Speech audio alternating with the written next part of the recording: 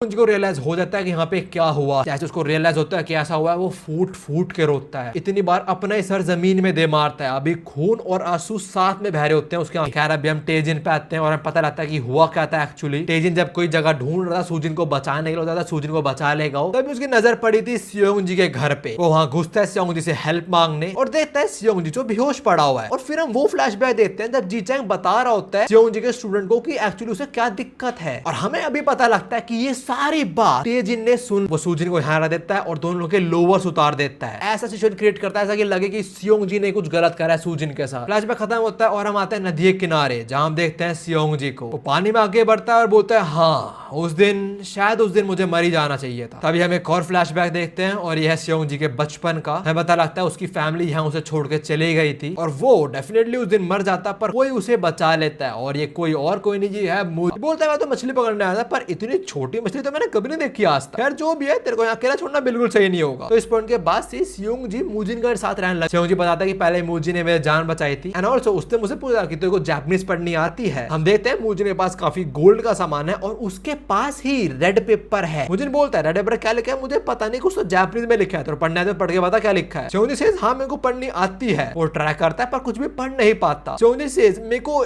याद है पर आई थिंक अगर आप मेरे साथ थोड़ा टाइम और रहोगे तब मेरे को और याद आ जाए। जिन वैसे तो बोलता है कि देखिए मुझे माफ कर दे पर मुझे एक और फैमिली बिल्कुल शुरू नहीं करनी, पर जब तेरे को याद नहीं आता मैं तेरे साथ ही रहूंगा, कोई दिक्कत नहीं। सियोंग जी बताता कि मुझे इंसान बहुत पसंद आया था और उसने मेरे को बाद में बहुत कुछ सिखाया कि मैं अकेले अपनी जिंदगी कैसे बिता सकता हूँ। रहना खाना पीना सब कुछ उसने मेरे को सिखाया था। पर एक दिन जब मेरी आंख खुली वो जा चुका था, उसने मेरा सारा खजाना मुझे दे दिया था and he just left. Flashback खत्म होता है, हम देखते हैं सियोंग जी आधा पानी में डूब